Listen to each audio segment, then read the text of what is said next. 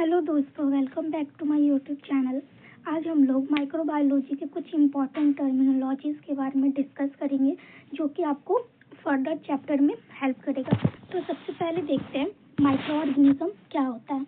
तो क्या है an organism of microscopic size. तो क्या होता है वैसा ऑर्गेनिज्म जो माइक्रोस्कोपिक साइज का होता है, यानी कि हम लोग जो है उसको सिर्फ और सिर्फ माइक्रोस्कोप से देख सकते हैं। उसको हम लोग क्या बोलते हैं, माइक्रो ऑर्गेनिज्म बोलते हैं। These organism can not be seen by the naked eyes, example virus and bacteria. यानी कि वैसे ऑर्गेनिज्म जो जिसको हम सिर्फ और सिर्फ माइक्रोस्कोप से देख सकते हैं, खुली आंखों से नहीं देख सकते, उसको क्या बोलते हैं हम लोग, माइक्रो ऑर्गेनिज्म बोलते हैं। एग्जाम्पल क्या हो गया, वायरस और बैक्टीरिया। ये सब क्या होता है, ऐसे माइक्रो ऑर्गेनिज्म में जो जिसको हम लोग खुली आंखों से नहीं देख सकते।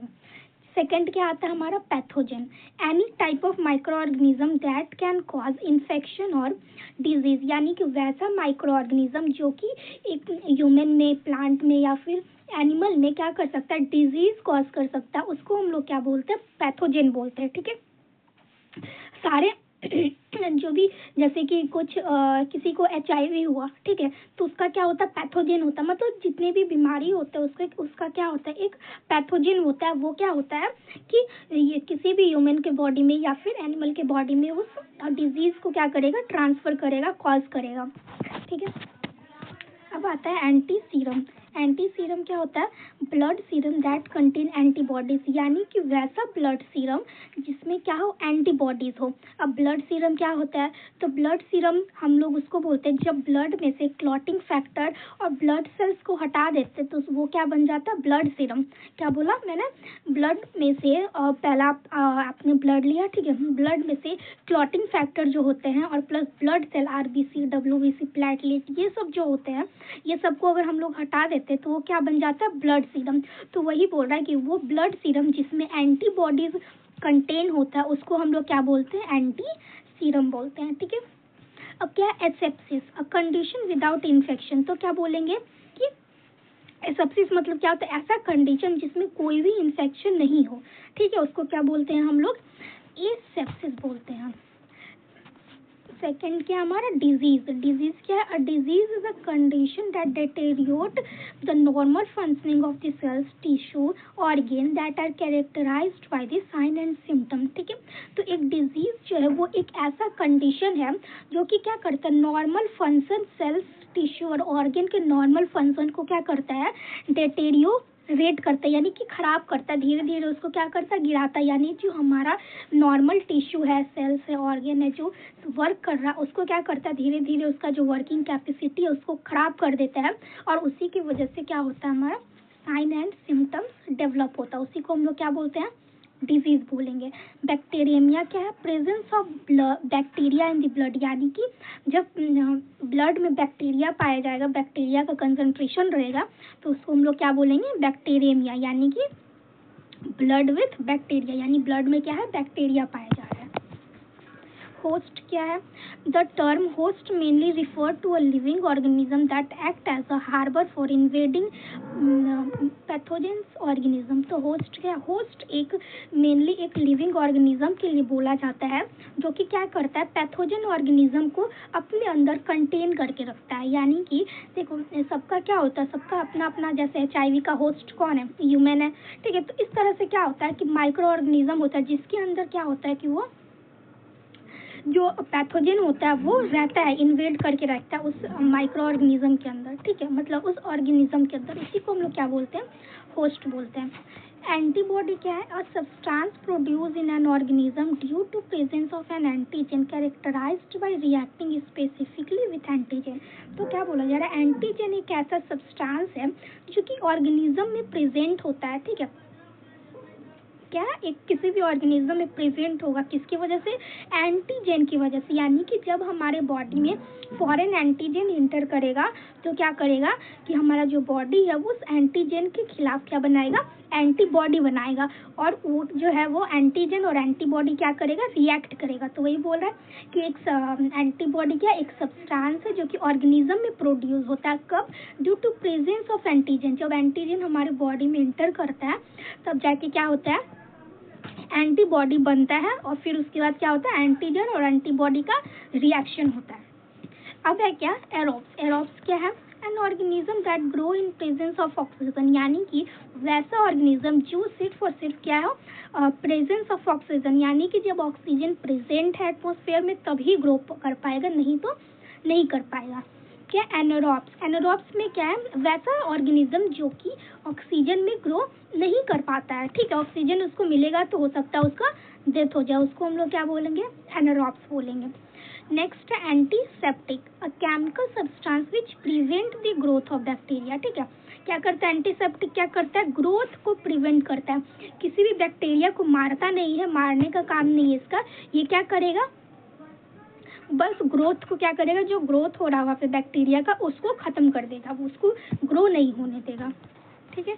अब आता है क्या carrier, one who harbours the pathogen without any manifestation और इन्फेक्शन, यानी कैरियर क्या हो गया कि एक ह्यूमन भी हो सकता है या फिर एक एनिमल भी हो सकता है, यानी कि एक ह्यूमन या फिर एक एनिमल बोल सकते हैं, ऑर्गेनिज्म, एक ऐसा ऑर्गेनिज्म जो कि अपने अंदर एक पैथोजन को लेके, यानी कि एक डिजीज कैरिंग माइक्रो ऑर्गेनिज्म को लेके घूम रहा है, लेकिन उसमें कोई भी साइन और सिम्टम्स नहीं दिख रहा है, ठीक है। लेकिन क्या है कि उसको वो खुद बीमारी नहीं होगा, अगर उसके अंदर वो पैथोजन है तो क्या होगा? वो उसको बीमारी नहीं होगा, लेकिन जो भी अगर उसको उसके बच्चे है, उसके जो भी ऑफस्प्रिंग है उसको वो ट्रांसफ़र कर सकते हैं। जैसे एग्जांपल में HIV हो गया, ठीक है। जैसे कि HIV का जो इन्फेक्शन है वो एक ह्यूमन के अंदर प्रेजेंट है, लेकिन क्या है उसको कोई भी साइन एंड सिम्टम्स बहुत सालों से नहीं दिख रहे हैं, लेकिन क्या हुआ कि जब उसके बच्चे हुए, ठीक है, यानी जैसे कि एक मदर है उसको HIV है, उसको कुछ साइन एंड सिम्टम्स नहीं दिख रहे, लेकिन अब उसके क्या हो गए, जब डिलीवरी का टाइम आया तो उस टाइम पे क्या हो सकता है, बच्चे को अपना HIV ट्रांसफ़र कर सकते हैं, किसी भी तरह से हो सकता है, वो या तो मिल्क के थ्रू हो सकता है या फिर बोल सकते हैं वेजाइनल डिलीवरी के टाइम पे हो सकता है, ठीक है। तो कैसे भी करके वो क्या करेगी अपना हो सकता है HIV का जो इन्फेक्शन है वो बच्चे को ट्रांसफ़र कर दे, लेकिन उसको खुद वो बीमारी नहीं था, तो खुद वो साइन एंड सिम्टम्स नहीं दिख रहा था, उसी को हम लोग क्या बोलते हैं? कैरियर, यानी कि एक ऐसा ऑर्गेनिज्म जिसमें क्या होता है पैथोजन जो होता है, ये जो पैथोजन है वो अंदर रहता है ऑर्गेनिज्म के, लेकिन उसको कोई भी मैनिफेस्टेशन यानी साइन एंड सिम्टम्स नहीं दिखते इन्फेक्शन के, ठीक है। वो एसिम्टोमेटिक होता है, यानी कि उसमें कुछ पता नहीं चलता कि वो HIV पॉजिटिव है या फिर नहीं है, तो इसी को हम लोग क्या बोलते हैं? कैरियर बोलते हैं।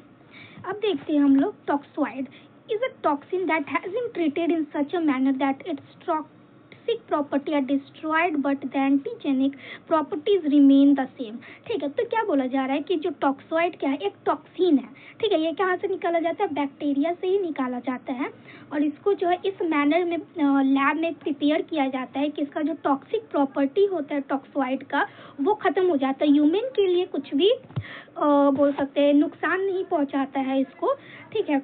लेकिन क्या होता है इसका जो एंटीजेनिक प्रॉपर्टी होता है वो इसका सेम रहता है।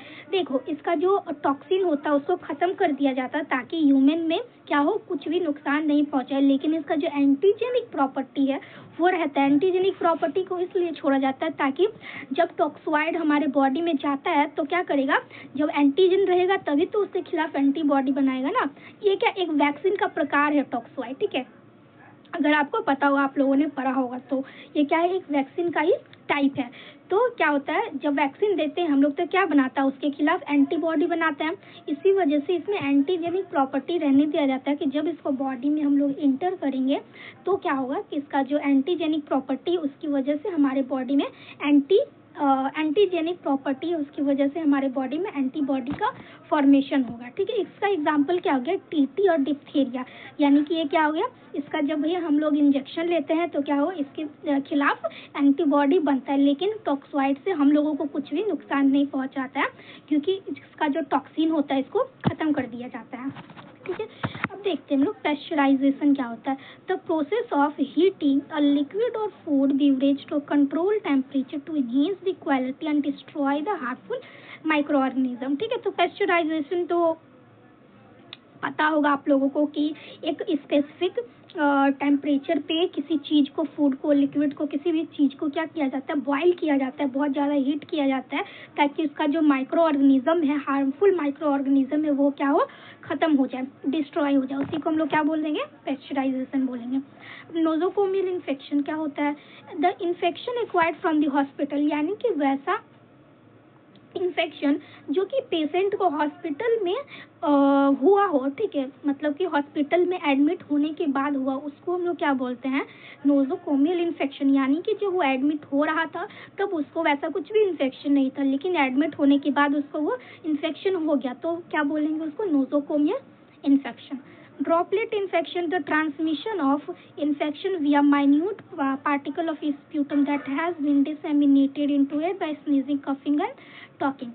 तो ड्रॉपलेट इन्फेक्शन क्या होता है, ड्रॉपलेट इन्फेक्शन एक ऐसा इन्फेक्शन है जो कि ड्रॉपलेट के द्वारा क्या होता है, ट्रांसमिट होता है। ड्रॉपलेट यानी जैसे किसी ने खांसा, किसी ने छींका, किसी ने बोला, तो उस टाइम पे जो हमारे माउथ से, हमारे जो नोज से वो इन्फेक्टेड ड्रॉपलेट निकलते हैं, उसकी वजह से वो क्या हो सकते हैं, दूसरे व्यक्ति को भी इन्फेक्ट कर सकते हैं। और जो ड्रॉपलेट है वो दूसरे की बॉडी में ट्रांसफ़र हो सकते हैं, एयर में घूम सकते हैं, इन्वायरमेंट में घूम सकते हैं, तो क्या होगा कि उसकी वजह से डिजीज़ को कॉज करेगा दूसरे पेशेंट में भी।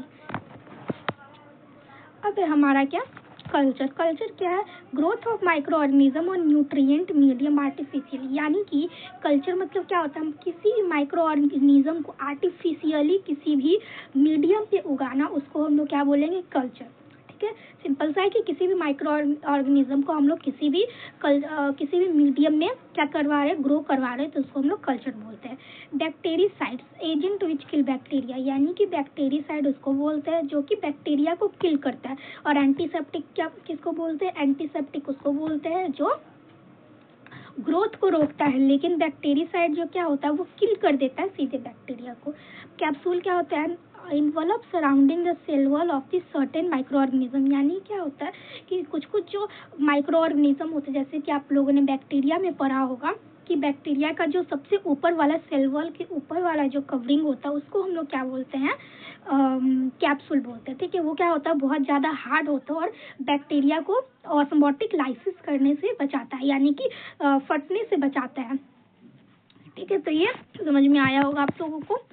अब देखते हैं हम लोग antiseptic, a chemical substance which prevent the growth of bacteria. ठीक है, तो एंटीसेप्टिक क्या है, ग्रोथ को, बैक्टीरिया के ग्रोथ को रोकता है। ये शायद हम लोगों ने पीछे पढ़ा है। ठीक है, कैरियर वन हु हार्बर, ये भी पढ़ा है हम लोगों ने, इसको छोड़ देते हैं। देखते हैं ये toxin, an poisonous agent of plant and microorganism, यानी कि किसी भी माइक्रो ऑर्गेनिज्म या फिर प्लांट का जो टॉक्सिन पॉइजनस एजेंट होता है, उसको हम लोग क्या बोलते हैं, टॉक्सिन बोलते हैं। एंटीबॉडी क्या होता है, substance produce in an organism due to presence of an antigen and characterized by reacting specifically with the antigen. यानी कि एंटीबॉडी क्या है, एक ऐसा सब्सटेंस है जो कि ऑर्गेनिज्म में क्या होता है, प्रोड्यूस होता है जब एंटीजन हमारे बॉडी में इंटर करता है। ठीक है, और फिर उसके साथ वो क्या करेगा, रिएक्ट करेगा। ये हम लोगों ने इसको भी पढ़ा है पीछे, तो ये सब पढ़ा हुआ है। ठीक है, ये सब हम लोगों ने देख लिया पीछे। तो आई होप आप लोगों को ये टॉपिक बहुत अच्छे से क्लियर होगा। अगर आप लोगों को वीडियो पसंद आया हो then subscribe to my channel and like the video. Thank you so much for watching.